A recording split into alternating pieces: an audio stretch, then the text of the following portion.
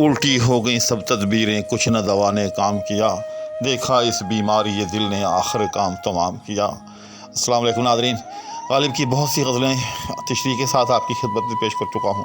آج میر تقی میر کی ایک انتہائی معروف، ایک انتہائی پیاری غزل مکمل، مفصل اور مدلل تشریح کے ساتھ آپ کی خدمت میں حاضر۔ چنانچہ اس کا مسئلہ ہے: الٹی ہو گئیں سب تدبیریں، کچھ نہ دوا نے کام کیا،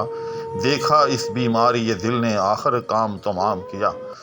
یعنی محبوب سے وصل کی جتنی بھی تدبیریں کی، سب کی سب الٹ ہو گئیں، کوئی برابر نہیں ہوئی، اور دوا جو تھی وہ کوئی کام نہ آئی۔ دیکھا اس بیماری یہ دل نے آخر کام تمام کیا، اور بالآخر یہ جو بیماری یہ دل تھی، اس نے جو ہے وہ موت کے گھاٹ اتار دیا، اس نے کام تمام کر دیا۔ یہ جو لفظ دیکھا ہے، اس کے اندر بڑی خوبصورتی کے ساتھ گویا کہ ایک پوری داستان جو ہے وہ چھپا دی گئی ہے کہ میں نہ کہتا تھا، جو میں کہتا تھا کیا وہ سچ نہ ہو گیا؟ تو بہرحال یہ بہت خوبصورت مسئلہ میر تقی میر کا۔ اس کے بعد اگلا شعر ہے: عہد جوانی رو رو کاٹا، پیری میری آنکھیں موم، یعنی رات بہت تھے جاگے، سو ہوئی آرام کیا۔ تو اس شعر کا خلاصہ یہ ہے کہ ساری زندگی جو ہے وہ رونے دھونے میں اور عشق کی مصیبتیں کاٹنے میں جو ہے وہ گزر گئی، اور بالآخر جب موت آئی تو بس اب جا کے جو ہے کچھ آرام نصیب ہوا۔ یعنی عہد جوانی رو رو کاٹا، پیری میری آنکھوں موم، یعنی جوانی جو تھی وہ ساری روتے دھوتے میں گزر گئی، جب بڑھاپا آیا تو پھر آنکھیں موند لی، یعنی دنیا سے رخصت ہو گئے۔ اور دوسرے مصرعے میں یعنی رات بہت تھے جاگے، صبح ہوئی آرام کیا۔ یہاں رات سے مراد جوانی ہے، یعنی ساری جوانی، ساری زندگی جو ہے وہ جاگتے میں گزر گئی، یعنی کہ مصیبتوں میں گزر گئی۔ ظاہر ہے رات کے وقت انسان اگر جاگے تو بڑی مشقت میں سے گزرتا ہے۔ صبح ہوئی آرام کیا، یعنی جب اب موت کا وقت آیا تو اب آرام نصیب ہوا۔ خلاصہ اس کا یہ ہے کہ ساری زندگی جو ہے وہ آرام نصیب نہیں ہوا، مر کے ہی جو ہے وہ آرام نصیب ہوا ہے۔ اس کے بعد تیسرا شعر ہے: حرف نہیں جاں بخشی میں اس کی، خوبی اپنی قسمت کی، ہم سے جو پہلے کہہ بھیجا، سو مرنے کا پیغام کیا۔ میر تقی میر کہتا ہے کہ میرا محبوب ایسا بھی برا نہیں ہے کہ وہ کسی کو معاف نہ کرے، لیکن بات یہ ہے کہ ہماری قسمت کہ ہمیں بجائے اس نے معاف کرنے کے ہمارے قتل کا جو ہے اس نے فیصلہ کر لیا ہے،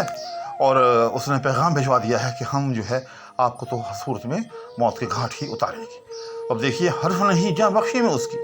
یعنی یہ ایسا نہیں ہے کہ وہ کسی کو معاف نہیں کرتا، کسی کی جاں بخش نہیں کرتا، خوبی بھی اپنی قسمت کی، ہمارا مقدر کہ ہماری قسمت میں، ہماری مقدر میں جو ہے وہ موت ٹھہری، ہم سے جو پہلے کہہ بھیجا سو مرنے کا پیغام کیا۔ یعنی اس نے ہمیں پہلے ہی جو ہے یہ پیغام بھیج رکھا ہے کہ ہم نے جو ہے آپ کو ہر صورت میں موت کے گھاٹ ہی اتارنا ہے۔ تو اس میں ایک طرف سے میر تقی میر ناز بھی کر رہے ہیں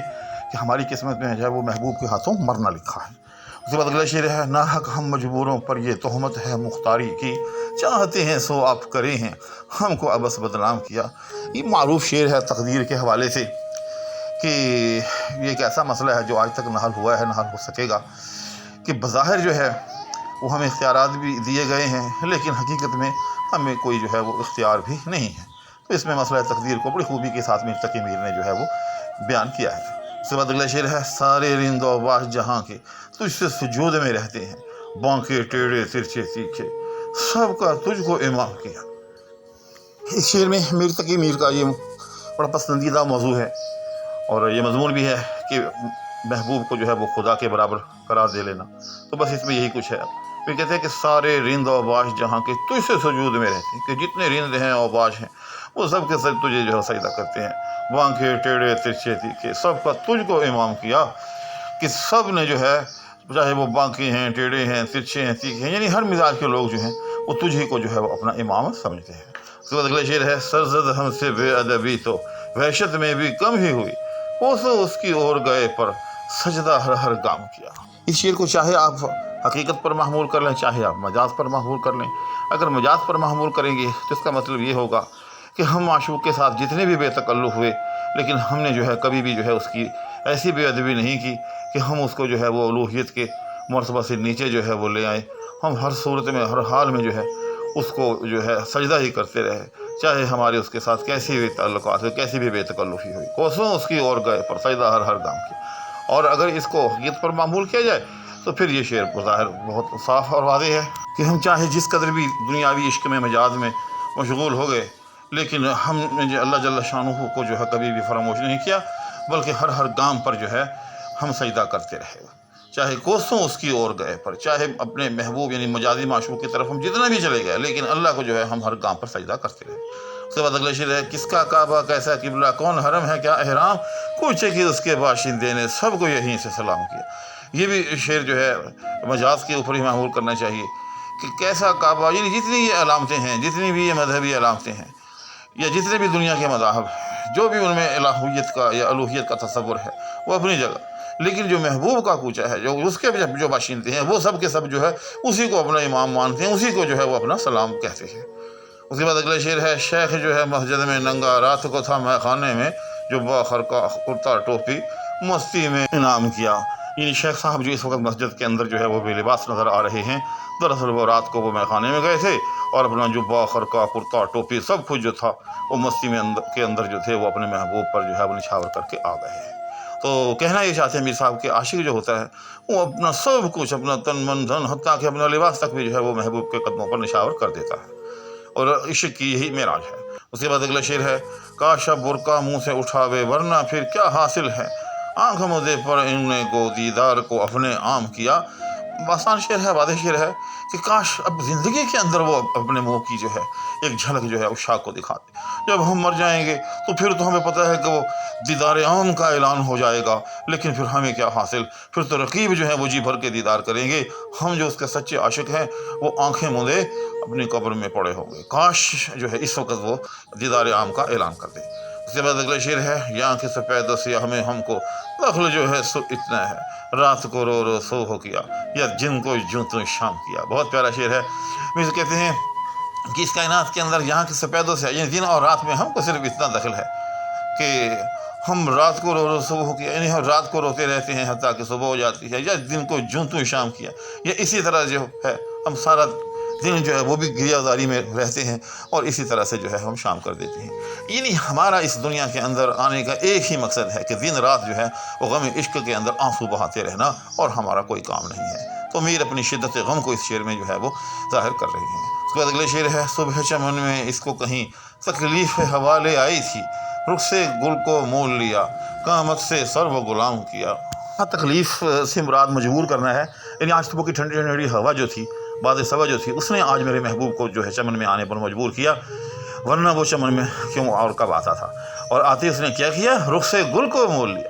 یعنی اپنے چہرے کے جلووں سے پھول جو ہے وہ اس پر نشاور ہو گئے، ان کو گویا کہ اس نے مول لے لیا، قامت سے سر و غلام کیا، اور اپنی اس خوبصورت رفتار سے اور اپنی دل موہ لینے والی چال ڈھال سے جو ہے اس نے کیا کیا، چمن میں موجود ہر سرو کو جو ہے اپنا غلام کر لیا۔ تو اس طرح سے اس شعر میں میر نے جو ہے اپنے محبوب کی خوبصورتی اور اس کے قد و قامت کا بڑے پیارے انداز میں بیان کیا ہے۔ اس کے بعد اگلا شعر ہے، سعد سیمی دونوں اس کے ہاتھ میں لا کر چھوڑ دیے، بھولے اس کے قول قسم پر ہائے خیال خام کیا۔ میر کہتے ہیں کہ اس کے چاندی جیسے دونوں ہاتھ میں نے اپنے ہاتھوں میں قول قرار کے پختہ کرنے کے لیے پکڑے،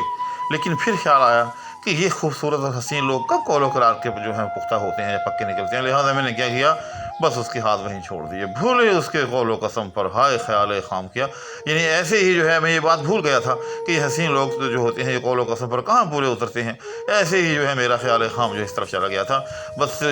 جب یہی خیال آیا تو میں نے اس کے دونوں ہاتھ جو تھے اپنے ہاتھوں سے چھوڑ دیے۔ یعنی اس بات کو ذہن میں پختہ کر لیا کہ یہ لوگ جو ہیں کبھی بھی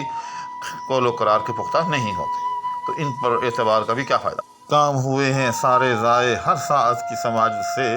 استغنا کی چوگنی ان نے جوں جوں میں ابرام کیا۔ پھر کہتے ہیں کہ اصل میں حد سے زیادہ ان کی جو منت سماجت میں کرتا رہا ہوں، اس سے میرے سارے کام ضائع ہو گئے ہیں، یعنی میری وصل کے تمام امکانات جو تھے وہ ختم ہو گئے ہیں۔ استغنا کی چوگنی ان نے جوں جوں میں ابرام کیا۔ ابرام کہتے ہیں ضد کرنے کو، اور استغنا کہتے ہیں بے پرواہی، لاپرواہی کو۔